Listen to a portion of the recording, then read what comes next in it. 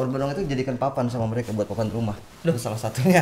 Salah satunya gitu. kemirisan kami. Ya, kita tidak sadar bahwa itu tuh adalah dari jenis pohon benuang. Jadi balik lagi ke biji itu ya.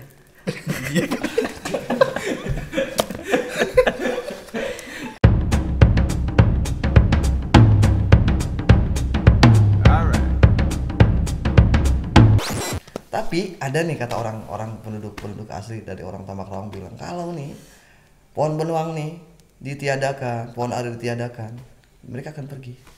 Karena rumahnya kita bongkar kan habitatnya gitu. Habitat. Makanya kita pun mungkin ya nanya sama kawan-kawan yang lain, udah pernah belum lihat pohon benuang? Pohon ari atau hanya pernah dengar nggak pernah lihat gitu. Nggak pernah lihat malah. Nah, itu sesuatu dan uniknya lagi pohon benuang itu kalau jatuh tuh kita nggak akan tahu kalau pohon rambutan musim sejengkal atau kopi udah sejengkal kita tahu nih. Oh ini pohon kopi.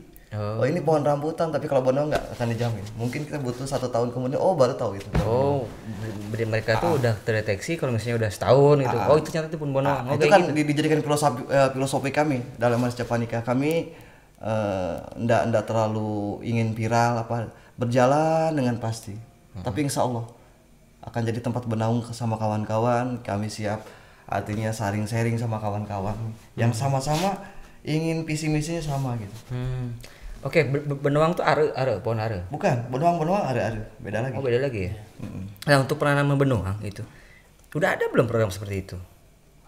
Kalau sejauh ini sih emang kalau khusus yang di sini lah ya, mungkin belum ada. Belum ada. Bener kan?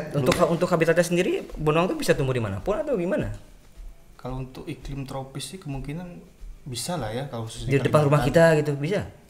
Kayaknya sih Itu harus besar kalau harus di nggak bisa ya? Mungkin ada tantangan bagi para yang penggiat pohon bisa enggak Kan gitu? enak gitu lihat depan rumah tuh lihat burung rangkong gitu kan. Iya enggak? Ya kan enak gitu. Kita Dan enggak pohon benuang tuh kalau secara kasat mata itu pohon tertinggi di atas. Kalau kita masuk ke sebuah hutan tuh pohon tertinggi itu mungkin benuang. Kayak raksasa gitu kan. pohon rasa. Pohon besar gitu. Emang Dan di situ tuh bukan hanya enggang. Macam hewan endemik lain kayak kelimpiau, burung-burung kecil ada di situ. Makanya benuang tuh mungkin ya tempat bernaung mereka. Oh itu. Gitu. Artinya gini, kalau kita pengen lihat pohon benuang itu harus ke gunung kan? Artinya harus ke gunung, tapi dia pun tidak harus tinggi-tinggi. Kita jarak misalnya untuk 100 meter, 200 meter udah ketemu pohon benuang. apa mungkin gitu di Sukarana dulu banyak pohon benuang di sininya? Mungkin. Oh, gitu. Sangat mungkin. Karena ya untuk di daerah penduduk ini masih susah sih yang benuang, artinya kita harus naik sedikit ke atas gitu kan. Dan penebang sekarang agak berkurang karena para penebang tuh dia juga nggak tahu bahwa fungsi pohon benuang apa. Pohon benuang itu dijadikan papan sama mereka buat papan rumah. Itu salah satunya. Salah satunya kemirisan kami. Ya, kita tidak sadar bahwa itu tuh adalah dari jenis pohon benuang. Artinya punya nilai jual yang bagus. Iya, nah itu yang kami agak ketakutan tuh mudah-mudahan ya edukasi tuh sampailah kepada mereka. Jadi kalau nebang tuh lihat-lihat dulu lah. Iya betul. Karena yang saat ditebang itu berarti kita siap-siap kehilangan burung enggang, Betul. habitat yang lain. Gitu. Karena pohon benuang itu kalau kita tanam sekarang mungkin besarnya sampai sebesar menjulang tinggi itu mungkin puluhan tahun sampai ratusan tahun mungkin. Entah masih ada umur apa enggak kita pun gitu kan. Kita juga enggak ada lagi di dunia ini. Nah, Artinya gitu untuk loh. sementara untuk penyebaran tumbuhnya benuang itu masih dari burung itu. Iya, dari burung alami gitu. Secara alami ya artinya sekarang, bukan akibat manusia belum. Mungkin kalau di luar sana lah ya, atau di Sumatera atau di daerah lain. Udah mulai. Mungkin ada, saya pernah baca di blog-blog tentang alam bahwa benuang itu ada sih sudah mulai ditanam oleh masyarakat, gitu.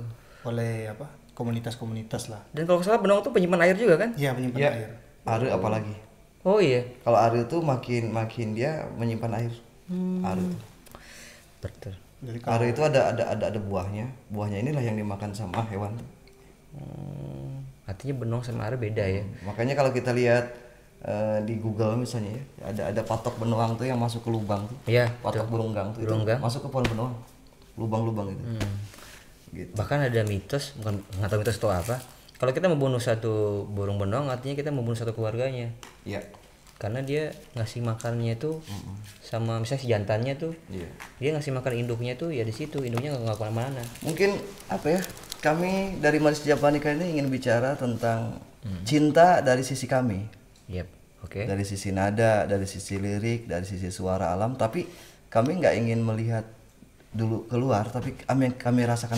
Makanya hampir 80% kali ya lagu-lagu tuh dibikin di Kayong Utara ya, Iya betul. karena ini rumah kami. Oke. Bukan dan ini perwakilan dari Kalimantan lah. Di Kayong Utara ini kita tersusun sebuah Gunung Palung yang kami anggap itu adalah paru-parunya dunia. Oke. Dan kami bangga akan itu. Dan mudah-mudahan lewat lagu ini pelan-pelan kawan-kawan dan yang dari luar juga mau datang ke sini terus memberikan edukasi sama kawan-kawan. Karena biasanya kalau mereka nih yang tahu misalnya di Pulau Jawa tuh betapa akibat alam dia begini, suaranya lebih mantap. Karena dia udah merasakan kerugian akibat alam itu. Kalau kita nih kalau ngomong nih dianggapnya apa, Bah? Kita nih kan alam santai-santai aja. Karena artinya mereka tuh pengalaman yang bisa melahirkan kesadaran mereka. benar.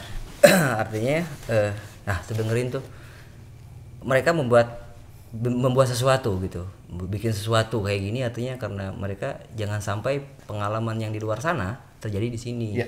Tepat. Gitu, jangan sampai setelah semuanya hilang baru kita sadar gitu. Baru menyesal gitu. Ya, betul.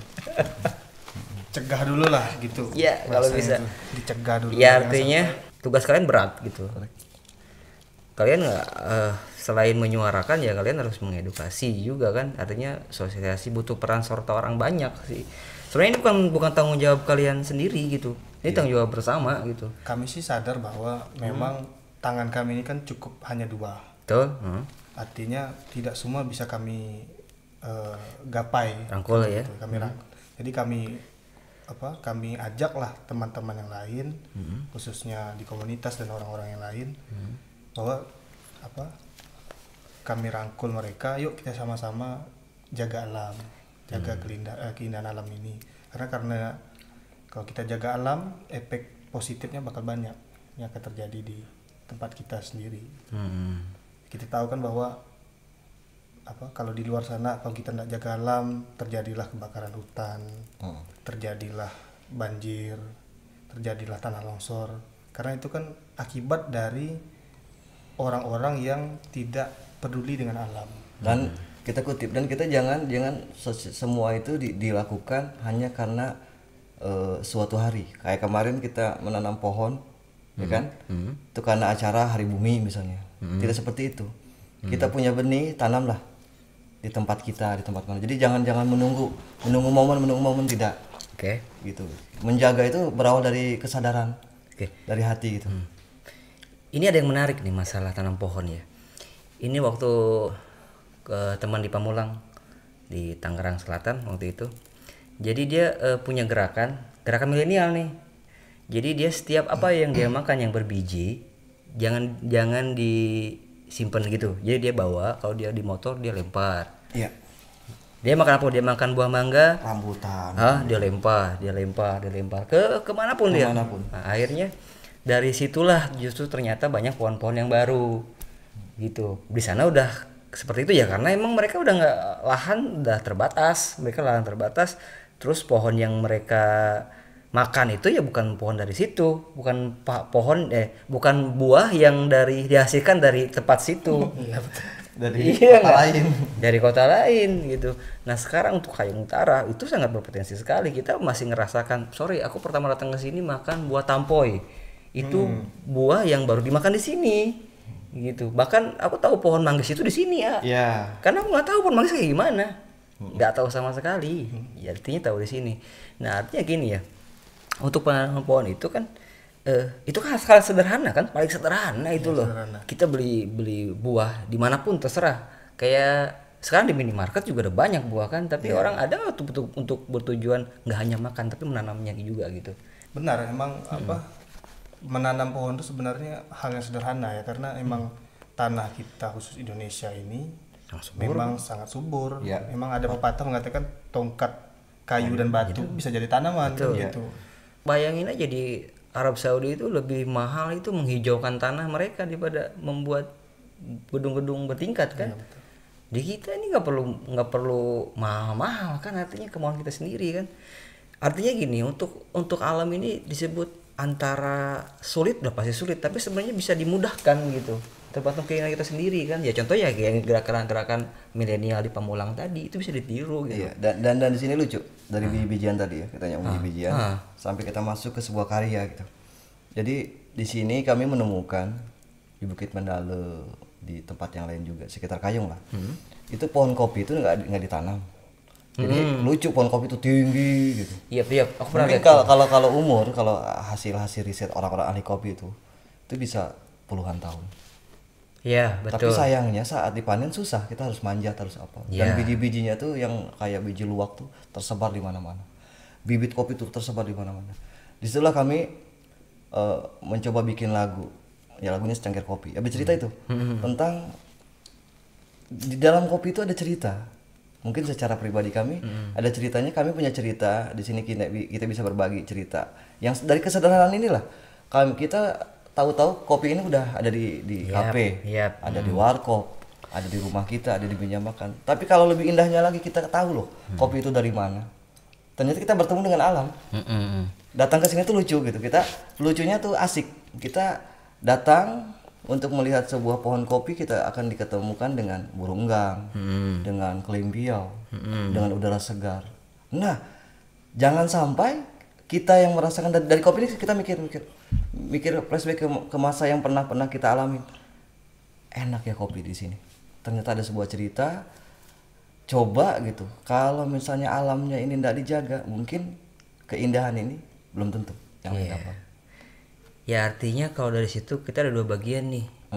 Ada penikmat kopi dan pecinta kopi, itu dua yang berbeda. Kalau penikmat kopi itu ya kita ke kafe juga ada, tinggal milih aja kopi yang mana gitu. Tapi kalau pecinta kopi dia nggak hanya menikmati, tapi dia ngerawat juga. Tahu betul lah mereka. Tahu betul. Nah itu dia, itu yang membedakan. Itu dia. Kalau pecinta kopi dia ya kayak tadi, dia pergi ke gunungnya. Oke, balik lagi ke kopi tadi ya. Tadi artinya benar kan, antara penikmat dan pecinta kopi itu dua perilaku yang berbeda gitu kan. Iya betul. Ya kalau penikmat sih ya orang-orang nggak peduli kopi itu dari mana gitu, dihasilkan dengan apa gitu. Tiba-tiba untuk proses cangkir kopi itu kan butuh proses yang panjang kan, dari mulai memetik juga nggak sembarangan kan, ada yang hijau, ada yang merah kan. Ada orang yang harus yang merah gitu, tetap harus merah, ada yang kuning kan. Nah untuk penikmat kopi kan mereka mungkin nggak tahu gitu. Untuk dalam proses cangkir kopi itu bisa senikmat itu atau gimana. Tapi ada bagian lagi penyelidik kopi. Profesor kopi. Iya, profesor kopi. Jadi dia itu sederhana tapi berat. Iya. Jadi dia menemukan seorang sosok pendamping, dia langsung bilang kopi nangkau dengan bismillah. Oh itu itu hope, itu harapan. Jadi balik lagi ke biji itu ya.